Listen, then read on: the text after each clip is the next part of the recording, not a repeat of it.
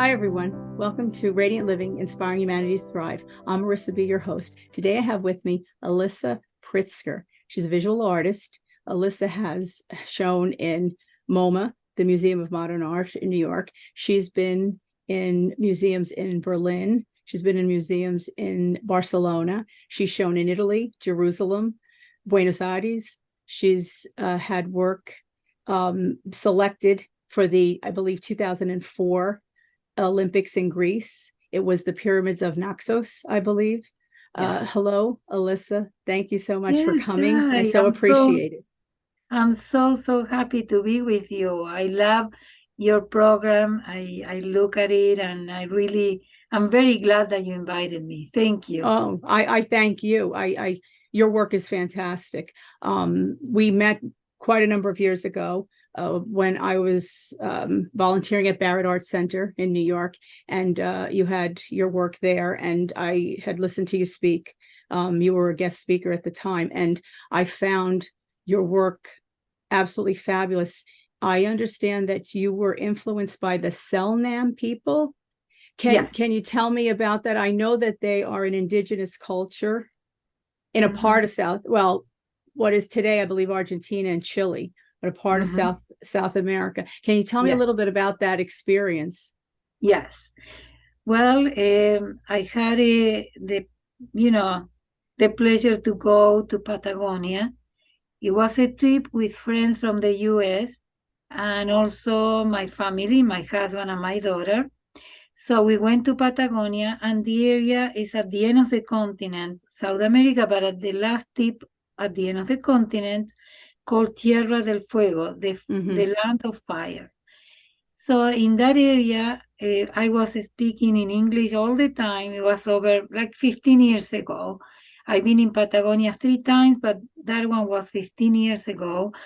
And I told my husband I want to walk by myself because I was speaking all the time in English. And I said, we were hiking in the mountain, and I said, I will go just for a few minutes alone.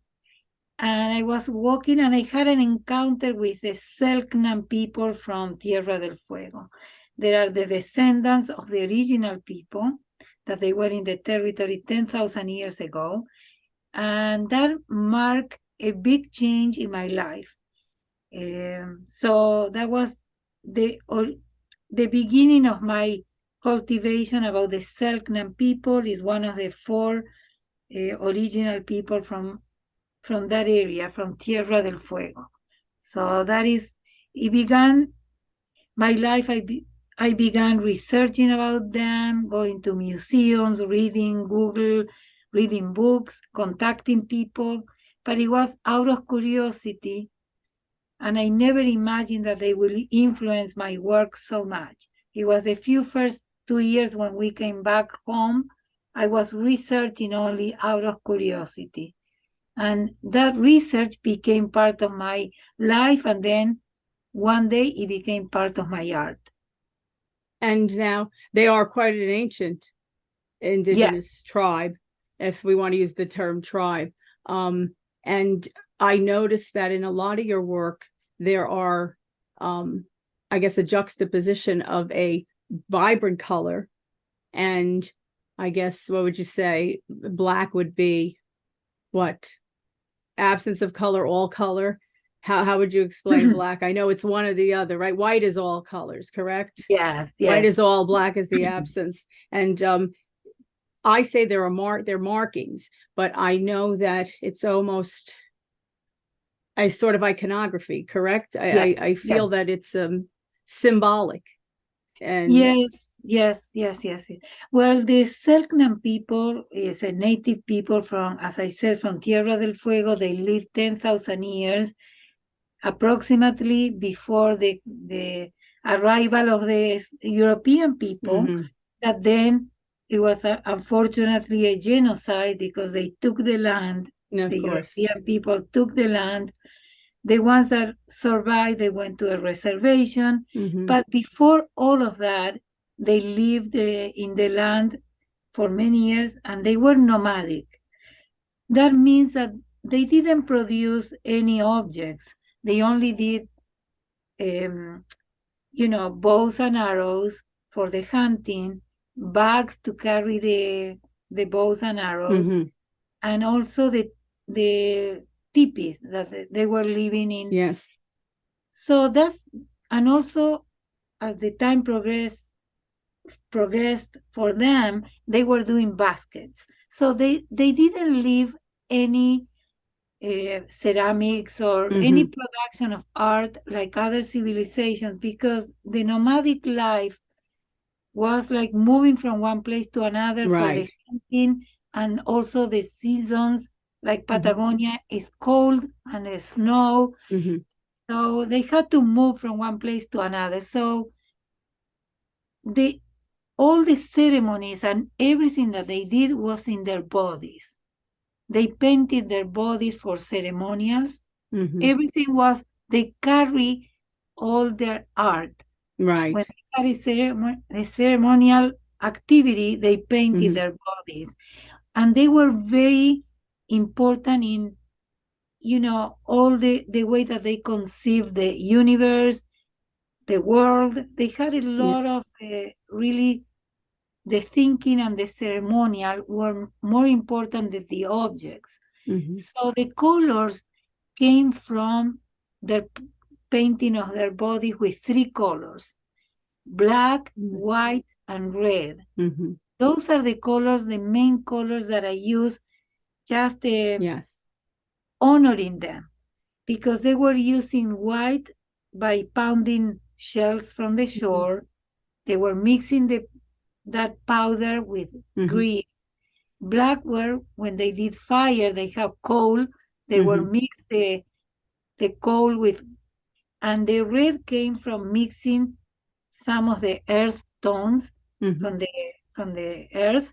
So those are the colors that they use. That is why my work mostly is red, white, and black, just to honor the colors that they were using in their bodies.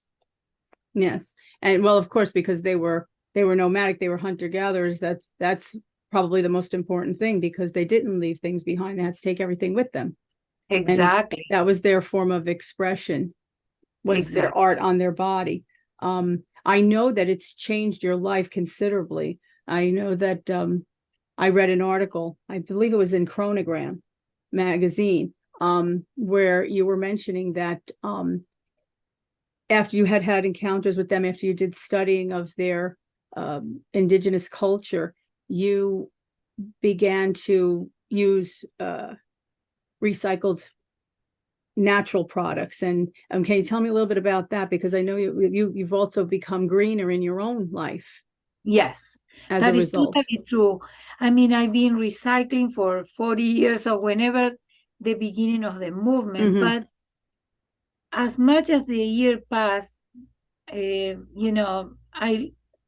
reading and seeing the connection. There are 3 or 4 points that are more interesting for me, because we cannot go back to the forest to live, and I'm not interested in doing that. I mean, the 21st century, we have the commodities, we have our homes. I'm not pushing to go to the forest to live, but they had interesting points, like they were using everything when they hunt. They were using the animals, and they were not discarding anything. That was a big impact to read by an anthropologist, the books of anthropologists, that they met them and they record their lives, how they use everything, the fur, the, even the intestine, they were using to sew the teepees, just to use that, and the food to the dogs, everything. And when they had more meat that they could not consume, they were inviting neighbors to come and eat with them. So that was a big impact. And I say, how can a civilization that was there 10,000 years, they knew how to use everything, and we are discarding so much? Yes. So it was an impact to start reading, and I said, I will be more careful than I ever been to reuse, to be conscious about it. That was the influence, one of the influence that they did in my life. I've been just, as I said, recycling, but that was an impact to say, wow, they were there 10,000 years without nothing. and they were using everything. That Right, is one of exactly. the things that the second thing that I guess is even more important than the recycling was their connection with the land, because they understood how to connect and not to pollute.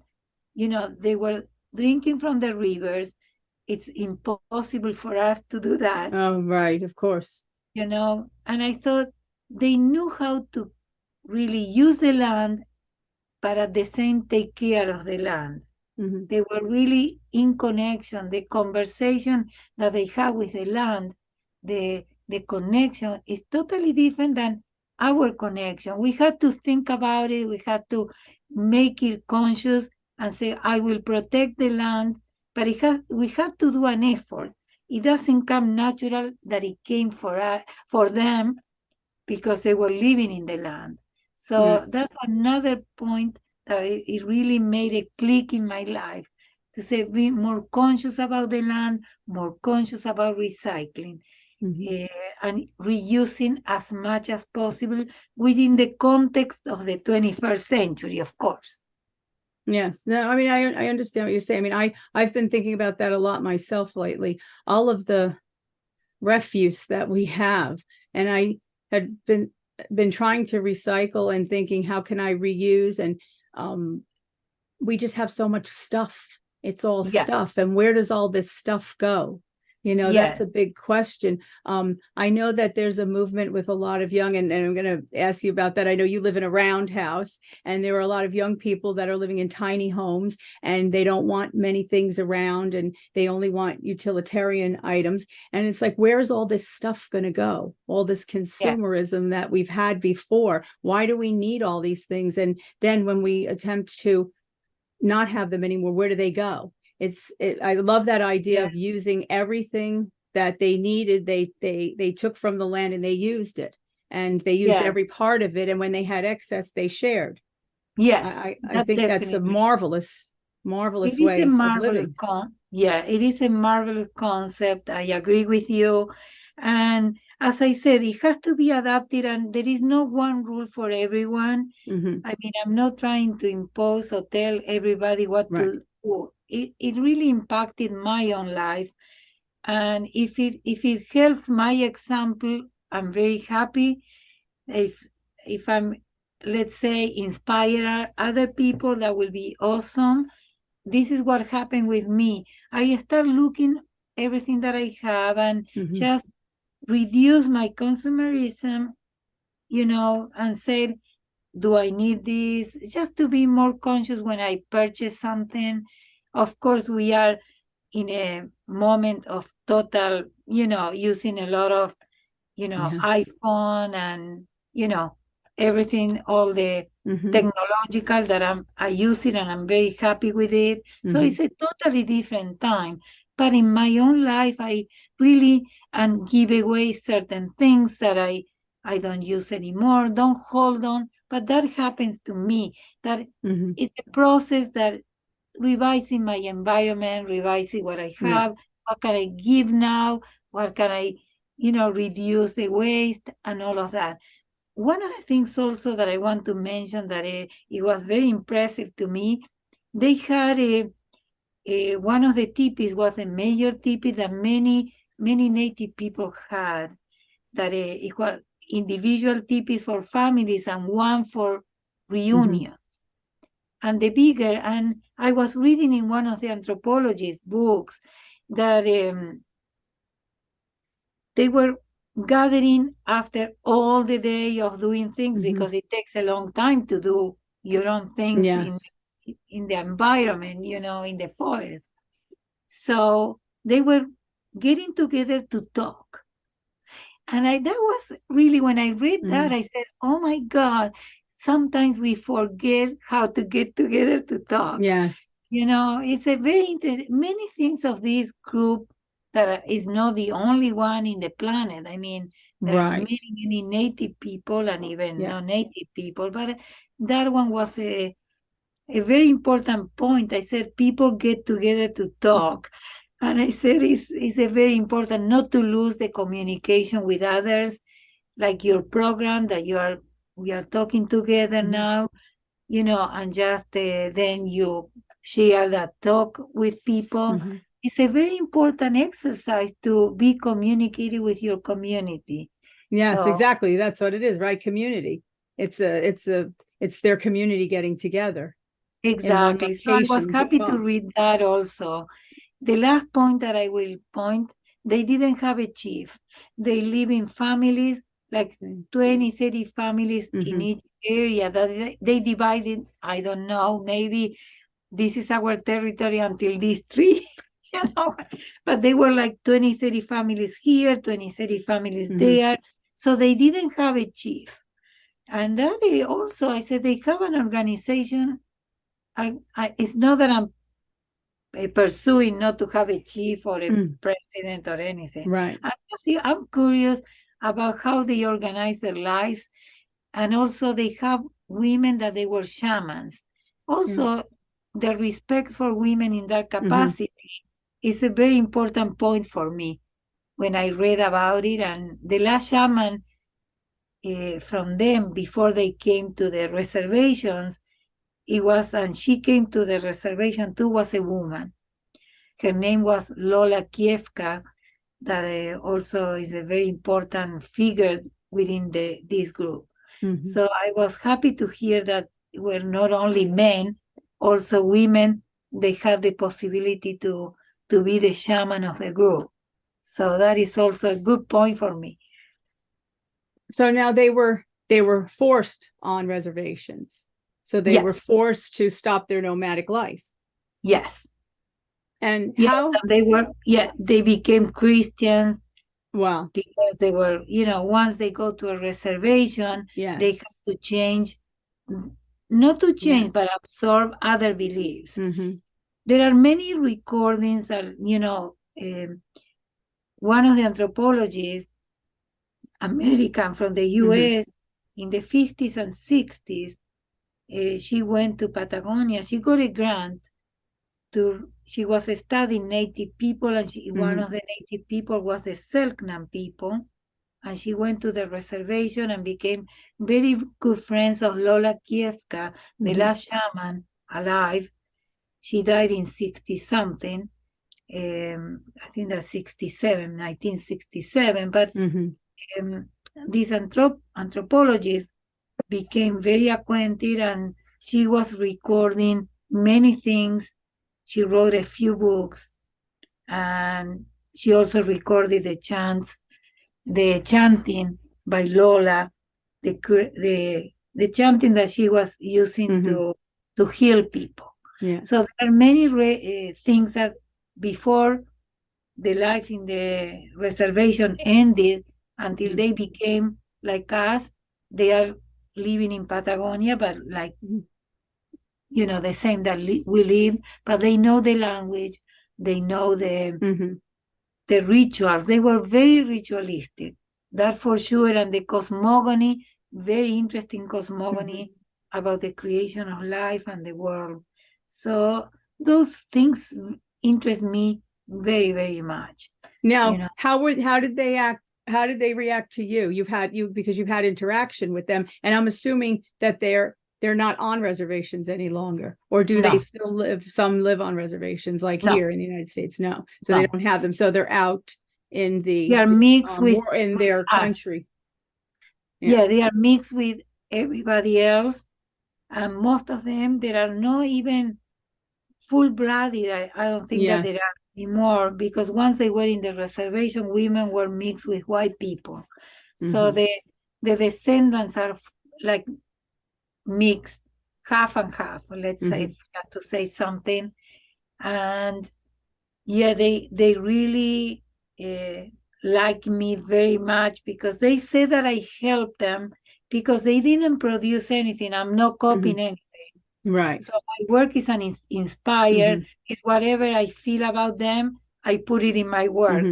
So there is nothing to copy. So they know that you have been greatly influenced by them and their culture. No. And in my catalog, that I have a catalog called Selknam, that I just to do a little bit of publicity, is available on Amazon. It is a version in English and one version in Spanish. It's called Selknam, and every page has a quote, like, from curators, from collectors, and from Selknam people, from Chile and from Argentina. They said that I helped a lot to put their name in the forefront, because they are still fighting for some of the rights to get back some of the land in a pacific way, through the government, through petitions. It's not that they are fighting or doing, but in Chile, they got a lot of things back. And also they are naming the constitution, the new constitution of Chile, because they are now recognized as people that they suffered a genocide. Before, it was not even recognized. So they are very grateful to me, and I'm in total communication with a few of them, that they are very important to that group. So really, I have a blessing from them, and I'm known within the group that I'm influenced by their beliefs and their life, whatever I learn about them. And of course, after a few years, my work became more universal. I see that many Native people go through the same, So my work is almost saying, pay attention to our ancestors.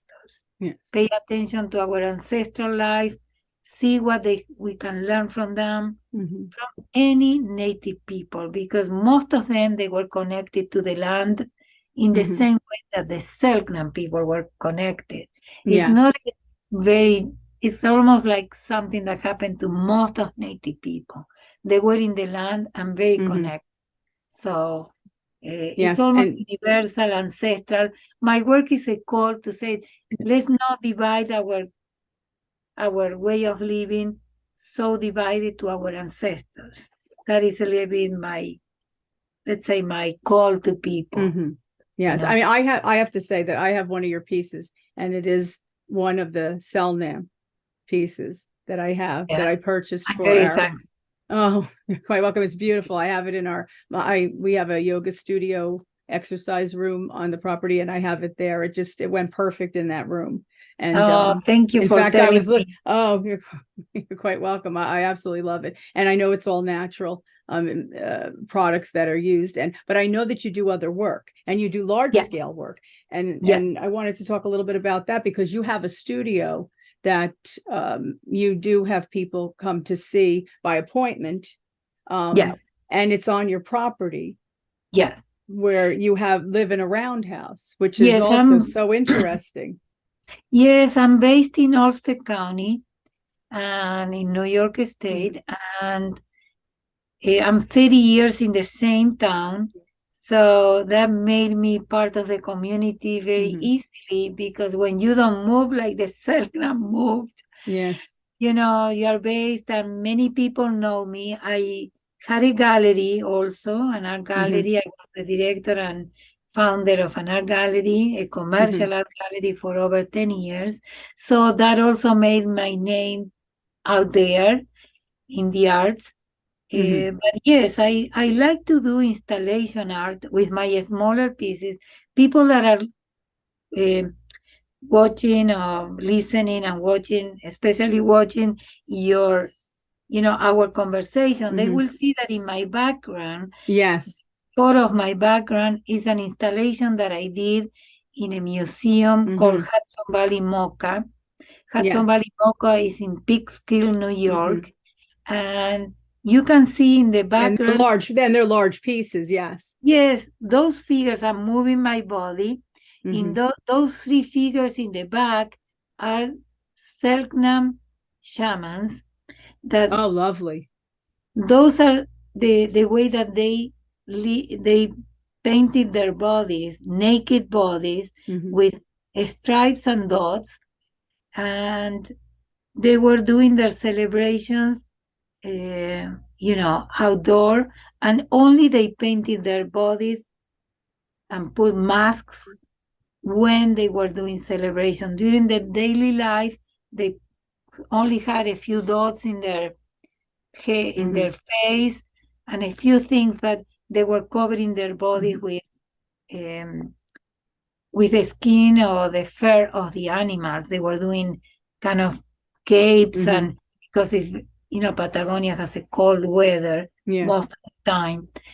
And on the floor, you can see that I did a circle of stones with the head of a bull. Yes, I see that. And it's called the Circle of Power. It's a big circle on the floor. This was an installation that was at the museum for 5 months. So it was a long exhibit. Mm-hmm. On the wall, I have on the left-hand side, I have works that they were also magical work, like shamanic. Mm-hmm.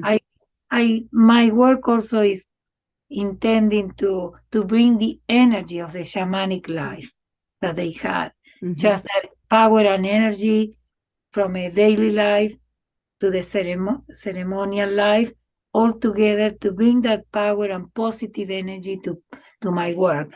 That is really what I intend to do, to bring that energy in each piece for people when they have them in their home, to feel that energy from the ancestral times comes to contemporary lives. That is really the intention. Yes, absolutely. So powerful. And wonderful to have a piece of power with you in your home, in your work environment. I think it's wonderful. I'm absolutely going to have to come out. I'll have to make an appointment to come to see your gallery. I will love. And I'd love to see the roundhouse. That to me is so interesting. Did you specifically purchase a roundhouse, or was it built for you? No, the house kind of found us because we are the second owners. The first one was the person who built it. It's a very particular house. And talking about that, you can put if you want to Google the house, because when I had a gallery, Chronogram, the magazine that is one of the best ones in the Hudson Valley, did a big article on the house. It's called Gaudí on the Hudson. Gaudí is an architect in Barcelona, and it's Gaudi, Gaudí, on the Hudson. If you put that, I'm gonna actually I'll put the link in the description, because of course I'll put your website and all your information, but I would put that article so people can look at it. I'm going to make sure that I read all about the house. And you can see the house. Yes. It's a very interesting house, and the person who built it, he died not too old, 50 something. We never met him. We met friends, and the person who kind of did the connection for us to purchase the house was his best friend that was in charge of that, and he was looking for to have an owner that will do something interesting with the house, because he was a very interesting person. He was a single guy, so he died, and after 5 years we purchased the house. So we know the builder through the stories that we gather from people, from the stories, because he was a Highland person too, and he was an interesting person that liked philosophy and many other things, and he built this unusual shape, and we purchased it, and it's like a blessing. We are in the same house, 30 in the town, but 23 years in the house. So for me, it's an everyday discovery to be in this house that is so unusual and inviting for me to create. It's a very inviting environment. When I get up, I have almost, after 23 years, the impact of the shape of the house, and my studio is all circular and round. So it's a very inviting environment for me to create. And that sounds wonderful. Oh my God. Definitely, as you said, the house found you. Yeah, it's a blessing that, we wanted to move from the smaller house that we were 7 years. And, the person that was in charge knew us because we were connected through my gallery, through activities that we did with my husband. My husband and I were very active doing activities, cultural activities in town. Mm-hmm. So he came to us just saying, I know that you're looking for a house. He learned that because maybe, we told a few friends or people in town, and he came to us. I said, don't move it from the town. I have the perfect house for you. And then you moved your gallery there. So your gallery, because you had the gallery first in town, and now you moved your gallery. Well, the first gallery was in New Paltz. I had 1 year in New Paltz. I began there, and then I moved it to the house. Yes, because you'll see when you visit me that I will be really welcome with open heart. Oh, thank you. That you come. It has like the entrance and everything can be really, divided. Yes. Even if in the same house, I have a really privacy, and people were coming to the gallery. They didn't need to pass by my house, by my yes, your personal space. Right, exactly, my private space. So it was very a pleasure. But then, after 10 years, I had to stop doing the same style of gallery. I still have the gallery, but I use it for myself because I was overwhelmed running two things, my career and a gallery, exhibiting other people. It was too much for me, and I had to make a decision what I will do. And of course, always the arts are my column, and that's my life all my life. So I had to make a decision, and of course, I stopped doing exhibits by other artists, and I still have the gallery, and I have the studio all together, but I'm not running the gallery commercially, showing other people. Right, yes. Right. But your works are everywhere. I mean, you've had shows everywhere. I mean, do you still show? Do you still show in places? Oh my God. I just mounted 2 pieces yesterday at Hudson Valley MoCA, and vintage work from my previous work, from my environmental work, from 2003 and 2005, different than the work. And for me, they are connected, but visually different. At Hudson Valley MoCA, I'm part of an exhibit that opens this Saturday, October 14th, 3 to 5,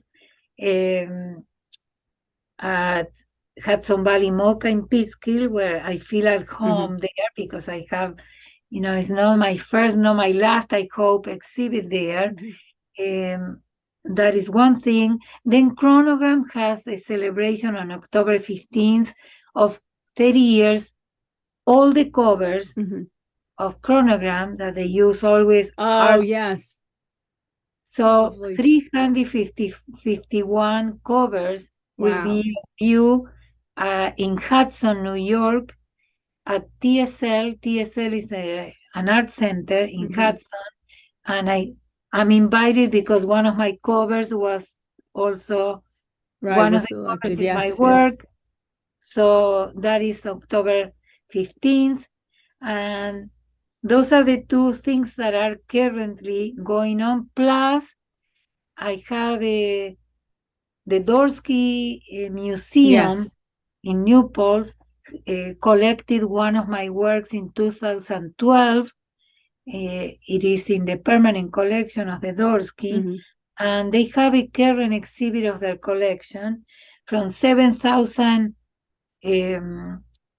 works that they have in their collection. The guest curators selected several, like 100 works from the 7,000, and my work came to this exhibit.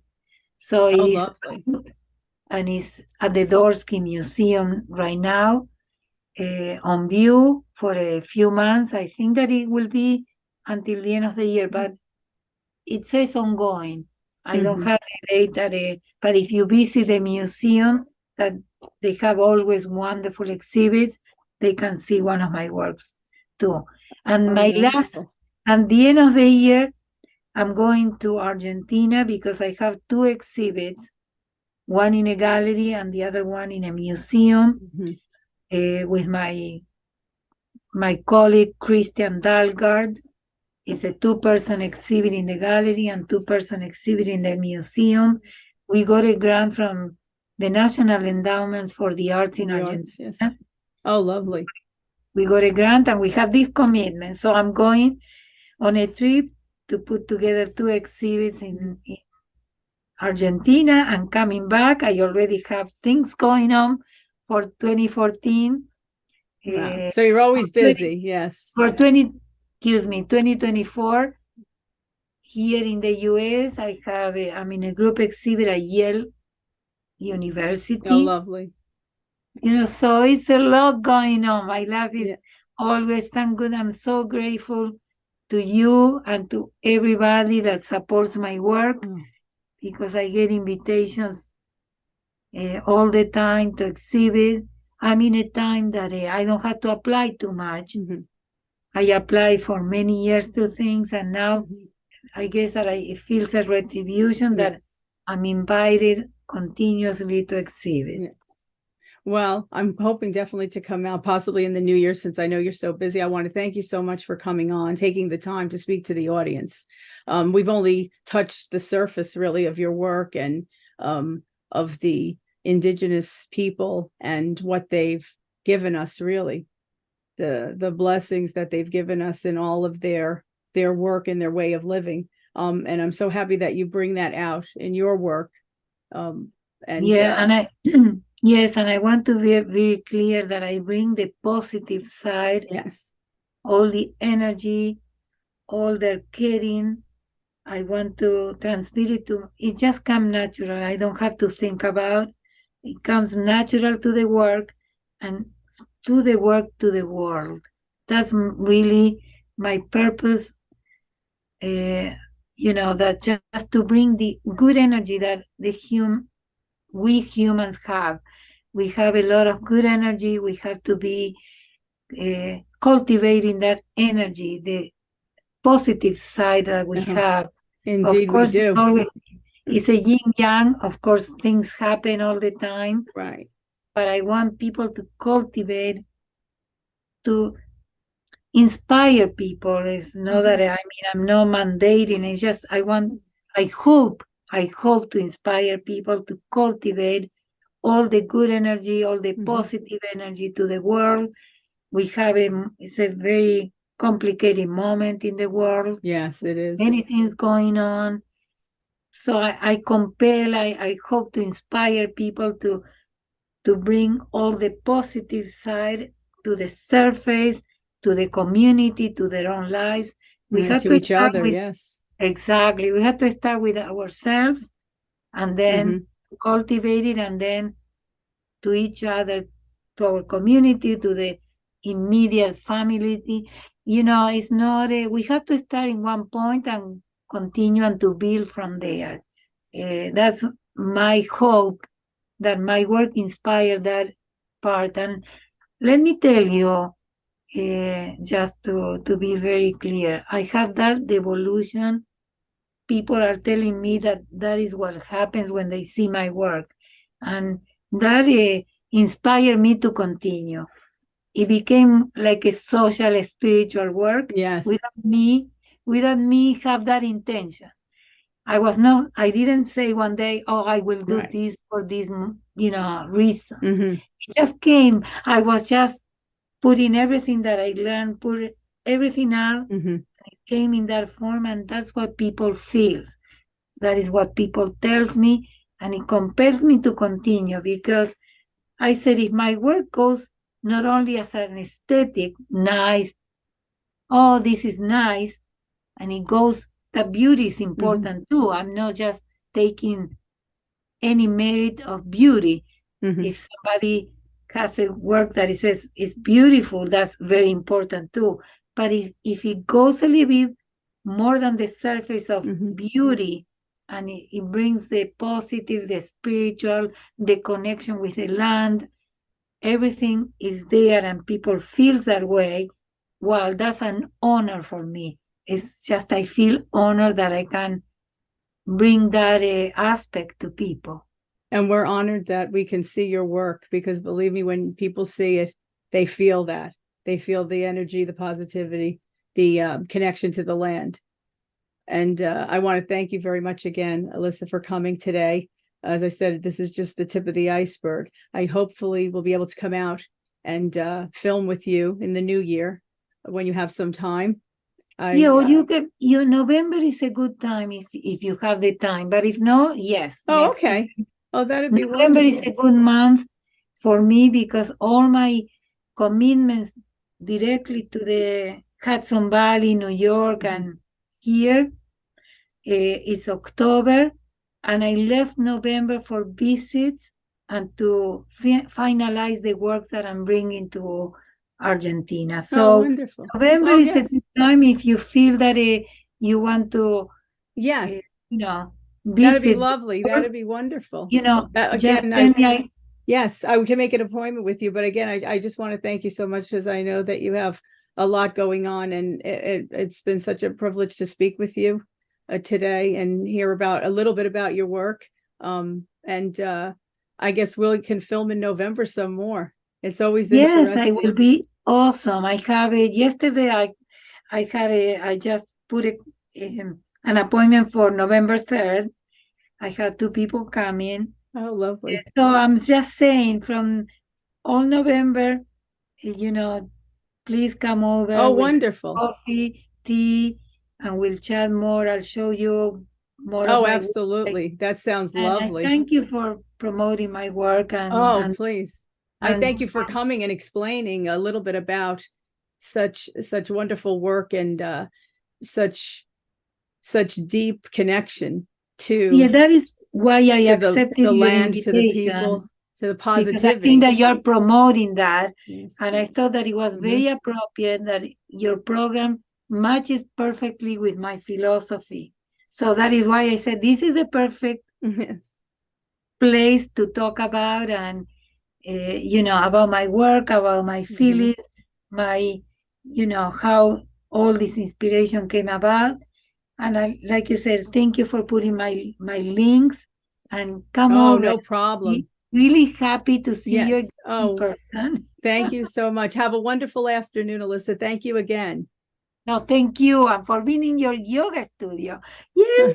Thank you. Thank you. Bye now. Thank you very much. Bye. Bye.